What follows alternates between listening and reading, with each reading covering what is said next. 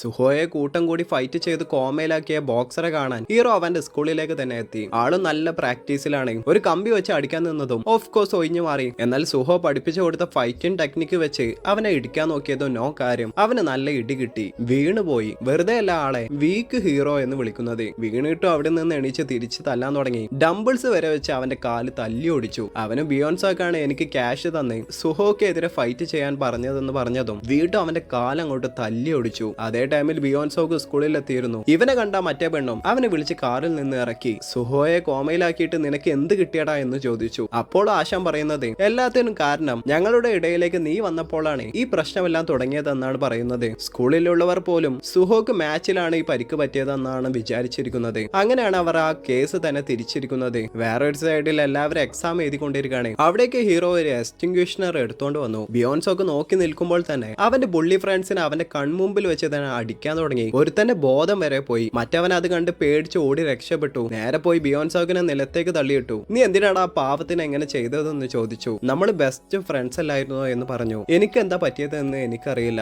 നീയെങ്കിലും എന്നെ മനസ്സിലാക്കിയിരിക്കണം സിയോങ് എന്ന് പറഞ്ഞ് കരയാൻ തുടങ്ങി. ഹീറോക്ക് അവനെ തല്ലാൻ പോലും തോന്നുന്നില്ല. ബിയോൺസോക്ക് എന്നെ ഒന്ന് കൊന്നു തരാമോ എന്ന് പറഞ്ഞ് കരഞ്ഞുകൊണ്ടിരിക്കുകയാണ്. പക്ഷെ ഹീറോ അവനെ ഒന്നും ചെയ്തില്ല. ഈ കാര്യങ്ങളെല്ലാം അറിഞ്ഞ് ടീച്ചേഴ്സ് ഓടി വന്നു. കൂടെ ബിയോൺസോക്കിന്റെ അച്ഛനും ഉണ്ട്. അവനെ പിടിച്ചു വെക്കാൻ പറഞ്ഞു. എന്നാൽ ലീവ് മീ അലോൺ എന്ന് പറഞ്ഞ് അവന് എല്ലാ ദേഷ്യത്തിലും അവിടെ ഉണ്ടായിരുന്ന ഒരു വിൻഡോ വെറും കൈകൊണ്ട് തന്നെ ഇടിച്ചു പൊളിച്ചു. അത് കഴിഞ്ഞ് ആൻസോയുടെ അടുത്ത് പോയി രാവും പകലും നോക്കാതെ അവന്റെ കൂടെ തന്നെ നിന്നു. അതിനിടയിൽ ആൻസോ എണീച്ചു. സിയോ നിനക്ക് എങ്ങനെ ഇങ്ങനെ ഉറങ്ങാൻ പറ്റുന്നതെന്ന് കളിയാക്കി ചോദിച്ചു. എന്നാൽ ഞാൻ ടയേർഡാണെന്ന് പറഞ്ഞു. നീ ഇന്ന് എന്തൊക്കെയാടാ ചെയ്തത്? നീ ഒരു സൈക്കോ തന്നെയാണല്ലോ എന്ന് പറഞ്ഞു. ഹീറോ ഞാനാണ് ഈ പ്രശ്നത്തിലേക്കല്ല നിന്നെ വലിച്ചിട്ടത്, എനിക്കെല്ലാത്തിനും മാപ്പ് തരണമെന്ന് അവനോട് പറഞ്ഞു. എന്നാൽ ഇതെല്ലാം അവന്റെ സ്വപ്നമായിരുന്നു. ആൻസോ ഇപ്പോഴും കോമയിലാണ്. ബിയോൺസോക്കും ഫിലിപ്പീൻസിലേക്ക് പഠിക്കാൻ പോയി. മറ്റേ ആ പെണ്ണും എല്ലാ കുഴപ്പത്തിനും കാരണം നീയാണെന്ന് പറഞ്ഞതുകൊണ്ട് ആ വിഷമത്തിൽ അവരോട് ക്ഷമ പറഞ്ഞ് എവിടേക്കോ പോയി. ഹീറോക്കും സിയോളിലുള്ള ഒരു സ്കൂളിലും ആ പ്രശ്നത്തിന് ശേഷം അഡ്മിഷൻ കിട്ടിയില്ല. അവൻ ആ നാട്ടിൽ പോലും ഇല്ലാത്ത ഏതോ ഒരു പുതിയ സ്കൂളിലേക്കാണ് എത്തിയത്.